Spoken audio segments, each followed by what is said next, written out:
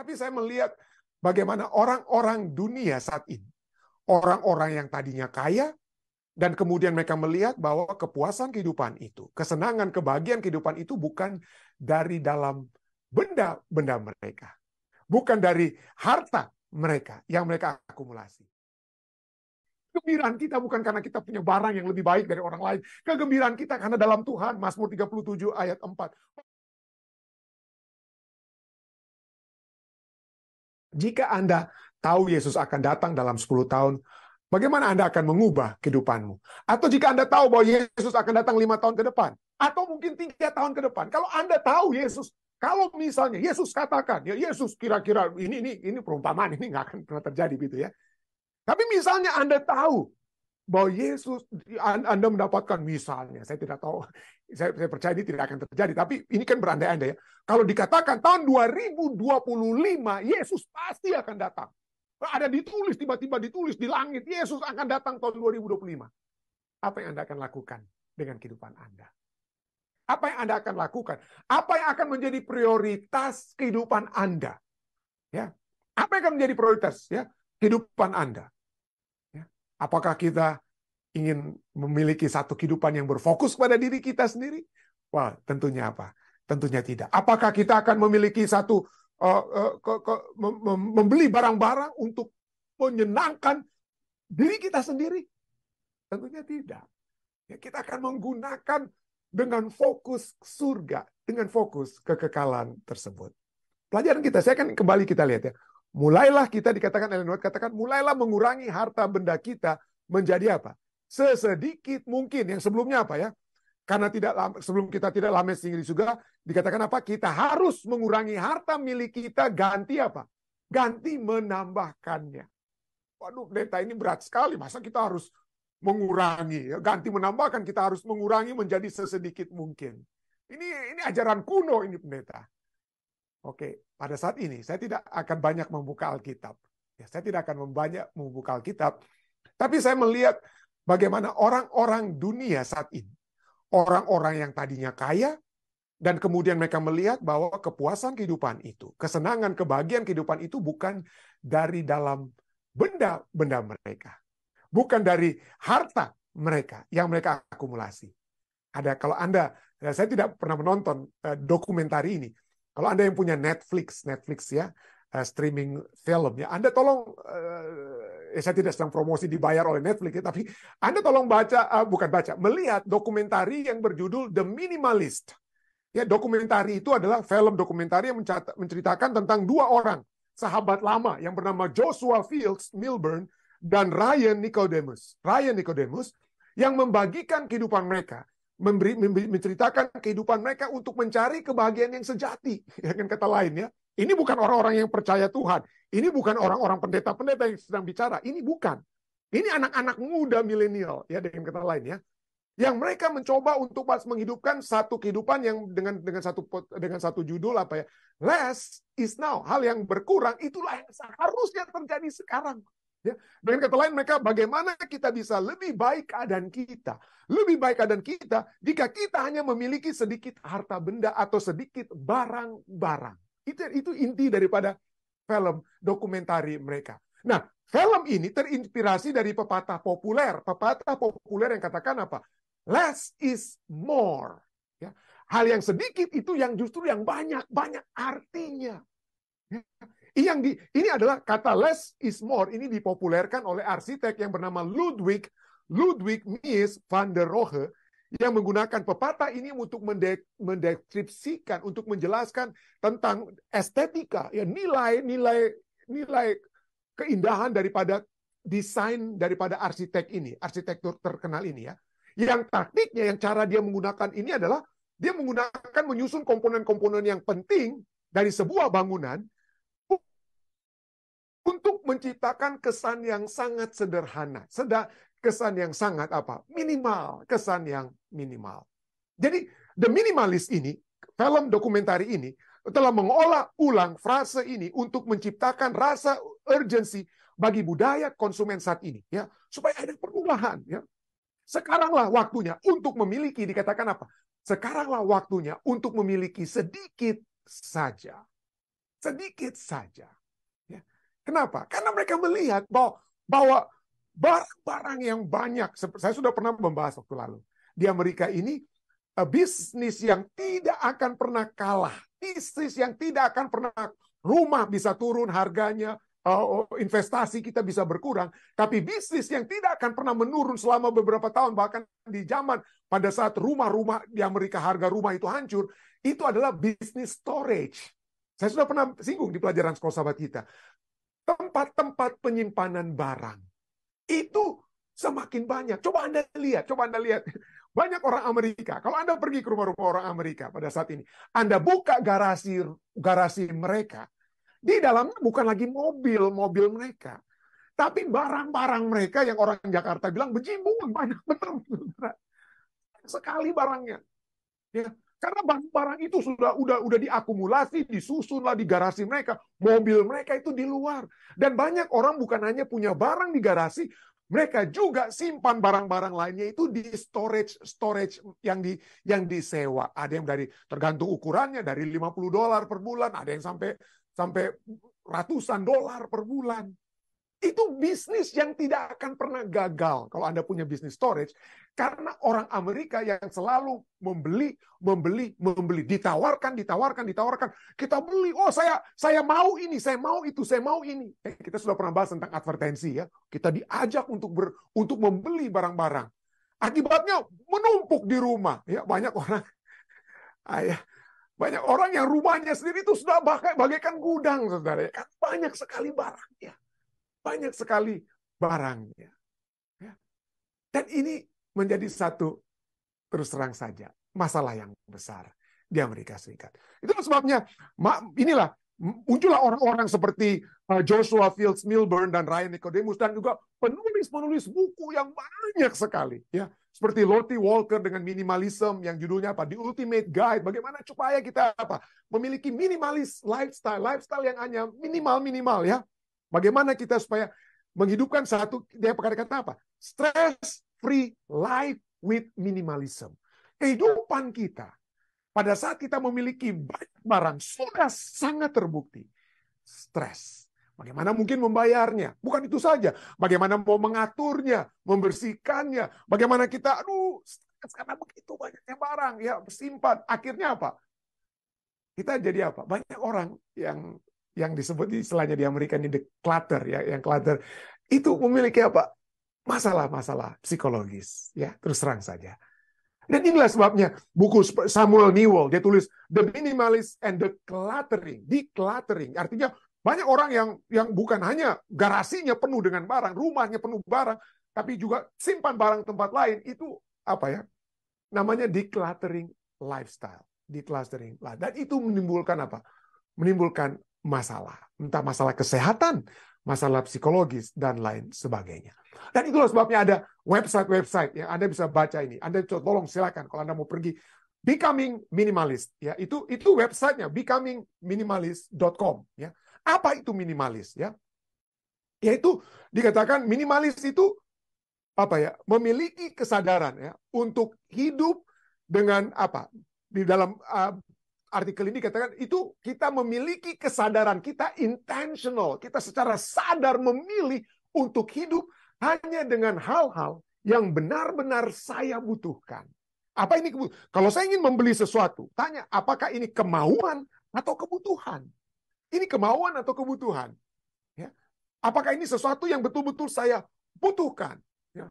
Yang tidak ada lagi, saya tidak ada lagi mungkin ya, yang tidak diduplikat atau yang saya sudah miliki. Mungkin saya saat ini memiliki laptop, tapi laptopnya sudah masih bisa, tapi sudah mulai pelan dan lain sebagainya, sudah error. Oke, kalau demikian silakan beli yang baru. Tetapi pertanyaannya adalah, apakah memang saya betul-betul membutuhkan laptop? Untuk apa saya membutuhkan laptop? Dengan kata lain ya. Jadi kita memiliki kesadaran untuk hidup hanya dengan hal-hal yang benar-benar kita butuhkan. Barang-barang yang mendukung tujuan saya. Itulah sebabnya kita harus tanya. Kalau saya mau beli baju ini, saya mau beli barang ini. Untuk apa? Apakah tidak ada lagi? Ya, tidak ada lagi. Oke, dengan kata lain. Lalu, saya menghilangkan gangguan dari distraction, dari kelebihan harta atau kelebihan barang yang berlebihan, sehingga saya bisa lebih fokus kepada hal-hal yang paling penting. Ya. hal-hal yang paling penting. Membantu orang yang membutuhkan bantuan, membantu pekerjaan Tuhan, ya, membantu hal-hal yang dapat kita lakukan, ya.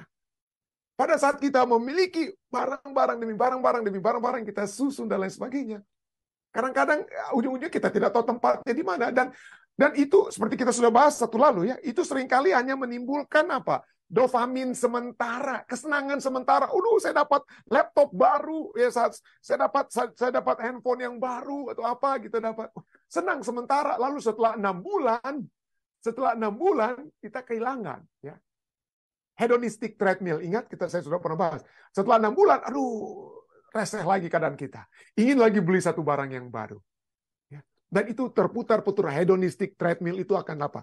Waktu lalu kita pernah bahas, terputar terus. Kita tidak akan pernah merasa puas dan puas. Itulah sebabnya dinyatakan bagi para minimalis. Ya, Anda pernah dengar seperti Marie Kondo atau apalah, ya, saya pernah dengar, pernah bahas juga waktu lalu, ya.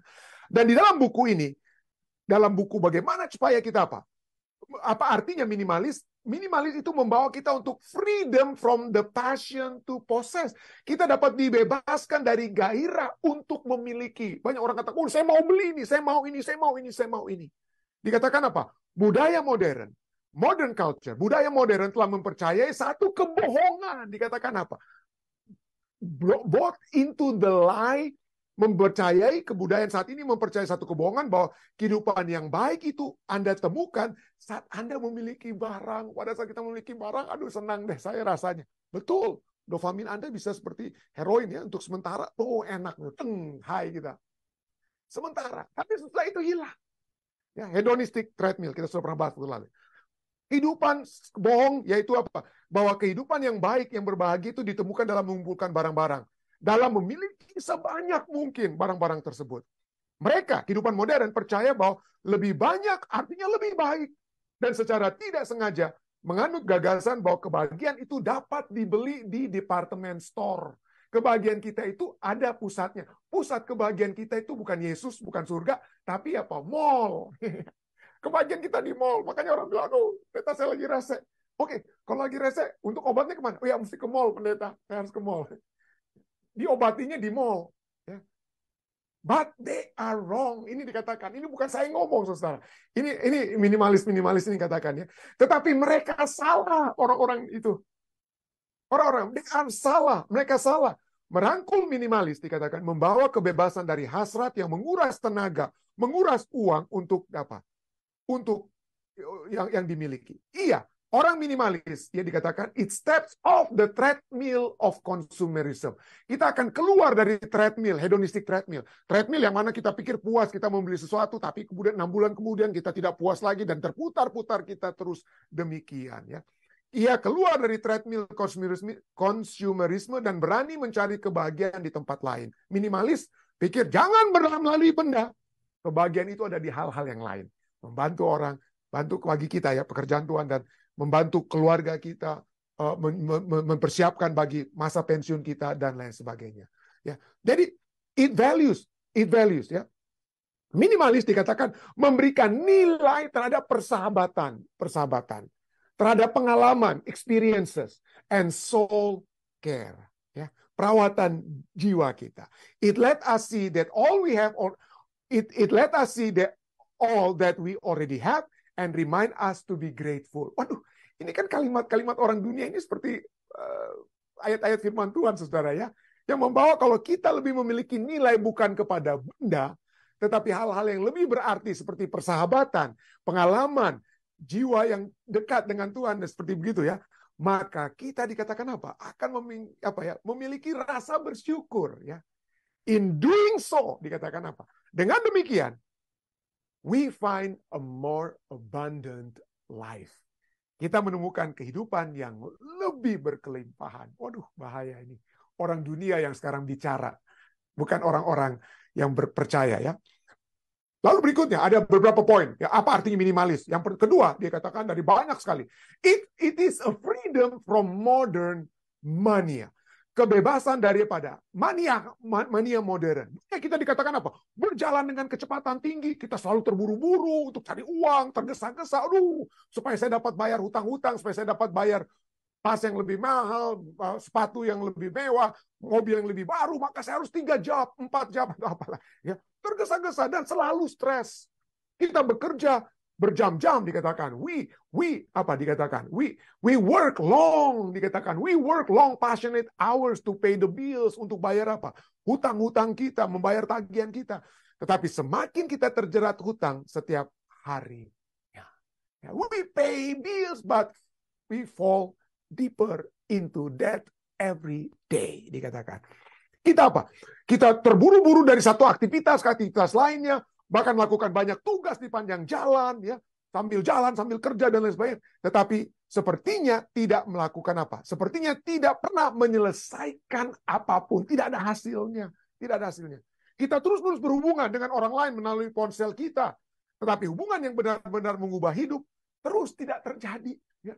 Kita pikir dengan adanya smartphone kita bisa berbicara, atau sosial media, kita bisa berhubungan satu dengan yang lain. Tapi seringkali kita justru lebih apa? Sering lebih berkelahi satu dengan yang lainnya.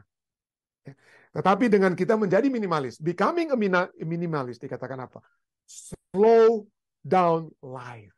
Dikatakan. Dengan menjadi minimalis, kita memperlambat hidup dan membebaskan kita dari histeria modern yang mengajak kita untuk hidup lebih cepat. Ini menawarkan kebebasan untuk melepaskan diri. Itu, minimalis, berusaha membawa kita menjaga hanya yang penting. Itu apa yang penting. Ini bertujuan untuk menghilangkan yang sembrono dan menjaga yang signifikan itu. Yang penting itu yang mana? Yang tidak penting itu harus kita hilangkan. Ini menghargai upaya yang disengaja yang menambah nilai bagi satu kehidupan. Ini sangat beneficial sekali, ya. Jadi minimalis ini sebelum kita baca ini, ya. Jadi ada orang-orang, ya, secara khusus, ya. Jadi dia pikirkan begini. Ada yang ekstrim. Dia katakan, di rumah saya hanya akan memiliki 100 atau 200 barang. Dia bilang hanya 200 barang. Jadi Anda harus atur betul-betul untuk rumah Anda. Apa itu 200 barang yang Anda harus miliki? Ya. 200 barang itu bukan berarti baju itu dianggap satu barang. Bukan. Baju itu sudah dihitung. Baju itu bahkan sudah dihitung. Ya. Jadi 200 barang ini. Jadi misalnya 5 baju musim panas. Ini saya katakan yang ekstrim, ya. Ini yang ekstrim. 5 baju musim panas, 5 baju musim dingin. Boleh Anda ganti. Tetapi kalau Anda mau ganti, yang tua itu Anda donasi. Anda berikan orang lain atau didonate. Anda baru bisa beli yang baru. Jadi hanya Anda pikirkan barang-barang yang penting, betul-betul penting. Sofa misalnya, meja. Jadi itu semua dihitung. Satu semua. Lampu, oke, ada berapa lampu, meja, dan lain sebagainya.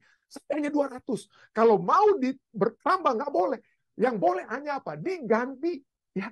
Jadi kalau Anda tidak menambahkan, seperti tulisan Nyonya Wai tadi, Anda tidak menambahkan, tapi Anda apa? Kalau bisa mengurangi, atau Anda tidak menambahkan, tapi Anda ganti. Kalau sudah tua, piring Anda sudah ada satu pecah, baru Anda ganti satu piring lain. Jadi seringkali kami terus terang saja. Saya waktu di Ethiopia, kami ada piring yang kami beli dari Filipina. Kami beli dari Filipina, dari misionaris. Kami bawa ke UNCLAP dari Filipina 6,5 tahun. Di UNCLAP kami sekitar 6,5 tahun. Di Ethiopia kami bawa piring tersebut yang dijual misionaris. Lalu kami bawa ke Amerika. Kami pikir ini piring mahal karena kami waktu itu belinya mahal juga nih kepada misionaris itu, yang misionaris yang ada di Filipina. Kami beli mahal, makanya kami bela-belain bawa dari Filipina ke Indonesia, ke Ethiopia, ke Amerika. Pada saat kami tiba di Amerika 10 tahun lalu, kami dapati piring tersebut piring biasa saja rupanya, itu korel yang dijual di Walmart. Saya dari Manado. Waktu kami ke Ethiopia, kami punya kelebihan barang itu kami bayar besar. Kenapa? Karena kami pikir kami mau bawa apa? Mau bawa piring yang kami pikir ini berharga sekali nih karena dijual oleh misionaris, ya, dari Amerika. Kami bawa sampai apa? Di UNCLAP pun kami jarang pakai piring tersebut karena kami pikir, ini mahal sekali nih piringnya. Ya, padahal cuma dijual di Walmart di Amerika ini, saudara, ya, dengan kata lain. Jadi poinnya adalah artinya, ya, kami di Ethiopia itu ada piring yang kita bisa beli kalau saya mau. Ya nggak harus saya bela-belain bawa piring yang dari Filipina, Indonesia sampai ke Ethiopia, sampai kemudian ke Amerika. Karena di Ethiopia juga ada piring. Itulah kita, kan kita semua. Kita mau bawa, kita bawa semua. Nah, tapi itulah, kalau kita ingin menjadi minimalis, ada benefitnya. Ya, pertama, gampang untuk apa? Kita akan tidak berhutang, kita tidak berhutang, ya. Kita menambah tabungan kita. Ya, kalau ada 21 ini, ya. Kita less stress dikatakan. Kita tidak berkurang stres kita, ya. Kenapa? Stres juga. Kalau rumah kita lihat rumah berantakan karena barang-barang yang semakin banyak, atau orang masuk lihat garasi kita, loh, kok garasinya bukan mobil tapi barang-barang kita. Itu stres juga kita, ya, kalau kita melihat hal seperti itu, terus terang saja. Ya. Orang Manado bilang talimburan, nggak teratur barang-barang kita. Lalu kalau kita hanya memiliki sedikit barang minimalis, itu lebih gampang dibersihkan, ya. Nggak setengah mati. Kalau kita bersihkan itu nggak harus angkat-angkat dulu barang satu dengan barang lain karena banyaknya. Lalu ada kebebasan, ya. Ada kebebasan karena tidak banyak materi yang kita miliki, ada sense of independence. Apalagi itu juga bagus untuk apa? Environment. Ya, barang-barang yang semakin banyak di rumah kita itu akan merusak lingkungan hidup. Dan pada saat kita memiliki banyak barang, lebih banyak waktu untuk membersihkan, lebih banyak waktu untuk mengatur, kita akhirnya apa? Waktu kita itu menghabiskan kita. Ya. Waktu daripada barang-barang yang harus kita atur, kita bersihkan, dan lain sebagainya. Kalau punya mobil satu, ya satu mobil aja kita bersihkan. Punya mobil 5, waduh, bersihkannya itu setengah mati itu, ya. Lebih banyak waktu untuk kita bersihkan mobil-mobil tersebut. Lalu ketujuh, itu dapat menjadi contoh yang baik bagi anak-anak kita. Jadi mereka terbiasa untuk bukan menjadi orang yang mementingkan harta, benda, ya. Dan uang yang kita simpan dapat membantu. Ini bukan orang Advent yang bilang atau orang percaya. Ini membantu apa? Kita dapat mendonasikan uang yang dapat kita simpan, kita dapat buat untuk membantu hal-hal yang lebih penting dalam kehidupan kita. Dan kita memiliki kualitas. Jadi dengan kata lain, bukan berarti lebih banyak benda itu lebih baik. Bukan. Pada saat kita memiliki sedikit saja, tapi kita tahu mungkin kita kualitasnya lebih bagus daripada banyak-banyak barang, lebih banyak baju yang banyak-banyak, yang cuma pakai sekali, dan itu tidak memiliki apa? Kualitas mungkin, ya. Jadi more is not better, tapi better is better. Ya. Dan tidak menimbulkan pekerjaan yang baik. Dan berikutnya, 11, lebih berbahagia. Ya. Dan Anda memiliki lebih banyak waktu untuk melakukan apa yang Anda miliki. Lalu berikutnya, kalau Anda menjadi minimalis, Anda tidak peduli apa yang orang miliki. Ya, Anda lebih peduli barang saya ini. Ini kenapa saya memerlukan benda ini? Apakah memang saya perlu atau karena saya sedang bersaing dengan tetangga saya atau dengan orang lain, orang di gereja. Ya, jadi freedom from comparison game, artinya kebudayaan kita selama ini kita ingin lihat, oh tetangga ini punya apa, tapi kita tidak. Pada saat kita minimalis, kita melihat barang-barang kita, kita sudah tahu ini saya memang butuhkan pendeta. Ini bukan karena saya mau bersaing dengan orang lain. Ya. Saya sering kemukakan statement ini, ya. Kita sering membeli barang-barang yang kita tidak butuhkan, yang kita maui, tapi kita tidak butuhkan. Kadang-kadang dengan uang yang tidak kita miliki, with money we do not have, to impress people we don't like, yang supaya kita dapat bersaing dengan orang yang kita tidak sukai, supaya mereka bilang, oh kalah kita rupanya dia loh, rumahnya lebih besar dari rumah saya. Jadi itu menjadi masalah. Menjadi masalah sehingga kita mencoba untuk bersaing dengan orang lain dan orang lain. Kita melihat apa yang mereka miliki, dan kita melihat kalau kita bisa pinjam uang untuk memiliki apa yang mereka miliki. Hati-hati.